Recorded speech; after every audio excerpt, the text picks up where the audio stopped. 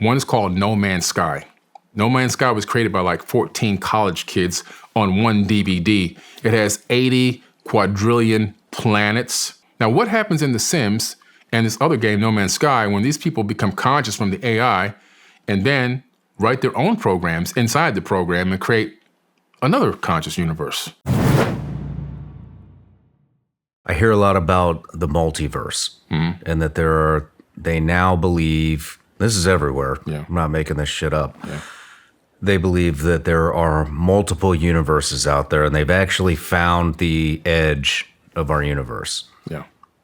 Can you talk about that for a little bit? Absolutely. Not only did they find the edge of our universe, but they also found what seems to be a merging part or the beginning part of another universe overlapping slightly. Really? Yeah. You can look this up. This is pretty interesting because now it proves like, wait a minute, there is a multiverse. And so we're not the only ones. So what happens at the other side of a black hole? Could it be a white hole? So as energy is being sucked out of one universe, is it going in and creating another universe from scratch? Is that the Big Bang? Where the energy is coming from? All these questions start to pop up and arise. But I do believe that we're living in a soup of universes. Like we're just one of many universes. I think it goes many levels. First of all, I believe we're in a fractal holographic universe, number one, which means that we're not even close to base reality, that there are realities that have been created and created and created. Give you an example real quick. And then I'll go into the multi part of it. We have video games, right, that exist. One is called No Man's Sky. No Man's Sky was created by like 14 college kids on one DVD. It has 80 quadrillion planets. The game never ends, and unlimited numbers of life forms as they travel throughout this game. The game never ends, and life forms evolve and come into existence and everything else. There's a universe on one DVD. Now, what happens if you put AI on that software? Then those beings become conscious, and those animals become conscious. Another game that exists is The Sims. The Sims are people that have jobs, go to work, have babies, go to parties, hang out, and all this kind of stuff. That's the video game. They're talking about putting AI into The Sims. They're going to become conscious. Now, what happens in The Sims and this other game, No Man's Sky, when these people become conscious from the AI and then write their own programs inside the program and create another conscious universe and another one and another one? So the universe could be many, many layers deep. And that's just a hypothesis, but what I'm saying is we may not be in base reality, being that we could have been created by an ancestor of another universe. And how many of these multiverses exist out there?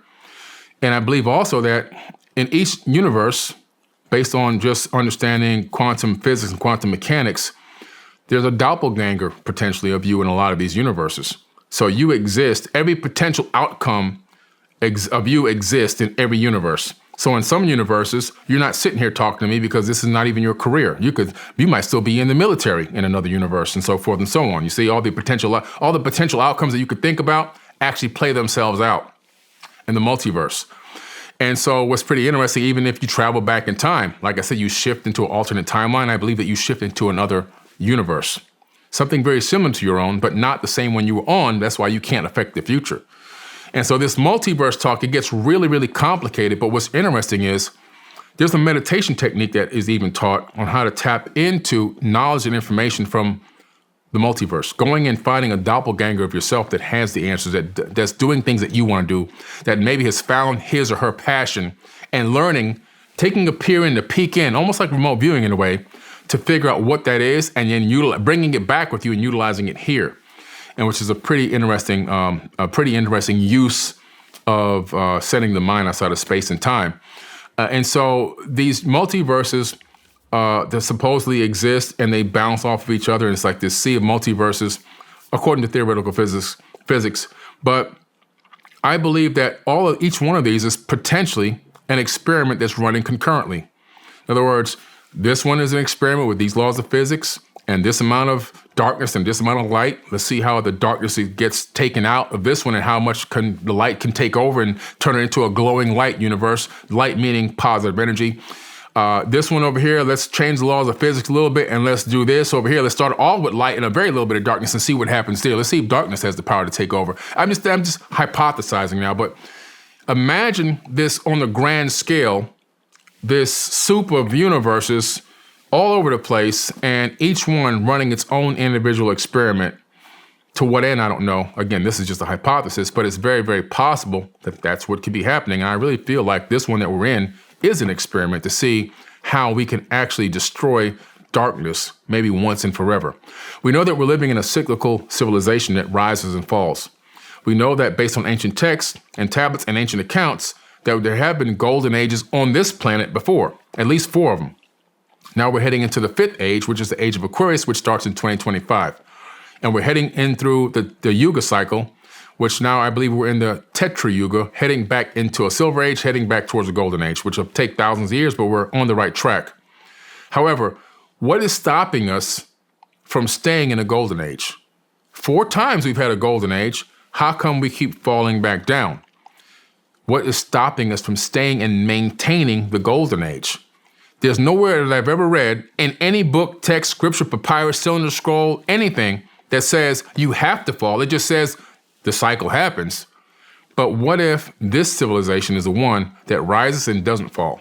What if we're the ones that really truly learn what happened in the ancient past and we're able to utilize that knowledge and that wisdom, because the past is prologue, to stop the fall of a golden age in the future? That's my ultimate mission. That's my main objective. How do I help usher mankind back towards that age? I'm planting seeds of a tree that are going to grow. I'll never sit in the shade of those trees. But the work that I'm doing, I feel, will have some impact on the golden age. Fascinating. Fascinating. On the break, we had talked a little bit about your time here and making the best use of it. Yeah. Let's have that conversation again. Right.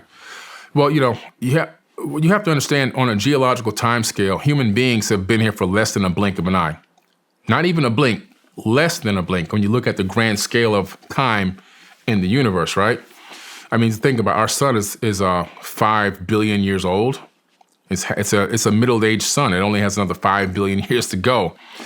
But human beings have only been around for, like Homo sapien, 200,000 years. So you can't even, it's just the numbers are crazy. However, you have to understand that when I say a blink of an eye, I mean like we have got to do what we're supposed to do here in a very short period of time. Our lifespans are very short, and they've gotten even shorter due to everything else that's going on that we've allowed them to do to us. And I do mean we've allowed them to do. They haven't done it against our will. We've allowed it to happen because we outnumber them. And we've got to take back control of who we are, what we are, and our true power, and realize we're here to complete a mission. And the ultimate mission that we're here to complete is to bring heaven to earth. This could be part of the experiment. How many people can we help, assist, show service to others, to love, to make sure that everyone's okay, to not allow others to be oppressed and suppressed? Since we have the numbers in our favor. How much can we help to change the global economic situation and push mankind back towards this golden age and bring out the technologies that are needed to sustain this planet in a way that's green and that everyone can prosper? We have a very limited amount of time, and I believe that this experiment resets itself. It's just like a video game. Oh, they failed this time when they got to this level. Now, okay, they only sustained for, 10,000 years, and here comes the fall again. Let's see if they can do it again. Let's see if they can sustain it next time. And this 4 times we've gone through this cycle. We have less than a blink of an eye to figure out what we're supposed to do here. And everyone thinks it's supposed to wake up, punch a clock, go to work, come home, go to sleep, and do it all over again until you die. But that's not what it is. I believe. Hey everybody, I'm Shawn Ryan. Click here to subscribe to the Shawn Ryan Show YouTube channel for the hottest and most compelling interviews that you will not see anywhere else. I've also made a playlist of all the previous SRS episodes so they're easy to find. You can find that right here.